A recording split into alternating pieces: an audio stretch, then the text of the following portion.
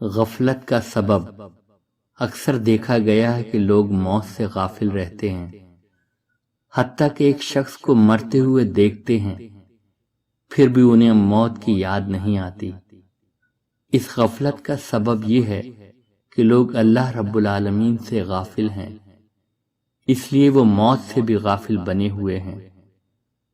اگر لوگوں کے اندر موت کی یاد کو زندہ کرنا ہے تو اس سے پہلے ان کے اندر اللہ پر یقین کو زندہ کرنا ہوگا۔ اللہ پر یقین کے بغیر لوگوں کے اندر موت کا زندہ یقین پیدا نہیں ہو سکتا۔ آج کل حالت یہ ہے کہ آپ کوئی کتاب پڑھیں یا کسی مجلس میں شرکت کریں، ہر جگہ آپ کو دوسری باتیں تو سننے ملیں گی، لیکن اللہ پر زندہ یقین نہ میر مجلس کے اندر ہوگا اور نہ حاضرین مجلس کے اندر۔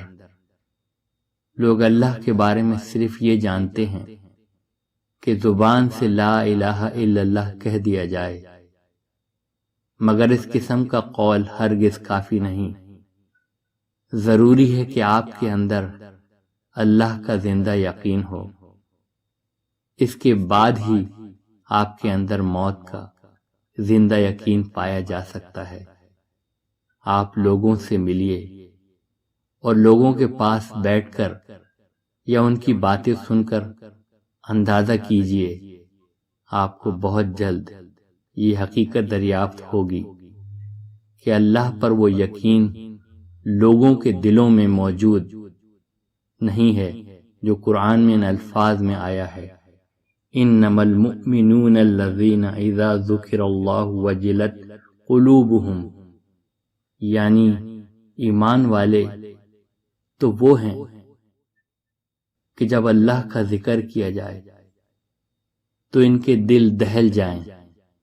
اسی ہی طرح آیت الکرسی کو زبانی یاد کرنے اور اس کو جاننے والے بہت ہیں، لیکن اس کے لرزہ خیز الفاظ کو زندہ حقیقت کے طور پر دریافت کرنے والا شاید کوئی نہیں۔ وسیع کرسیہ السماوات والارض، یعنی اس کی حکومت آسمانوں اور زمین پر چھائی ہوئی ہے۔ جب لوگوں کے اندر اللہ رب العالمین پر زندہ یقین نہ ہو تو ان کے اندر موت اور آخرت پر زندہ یقین کہاں سے پیدا ہوگا؟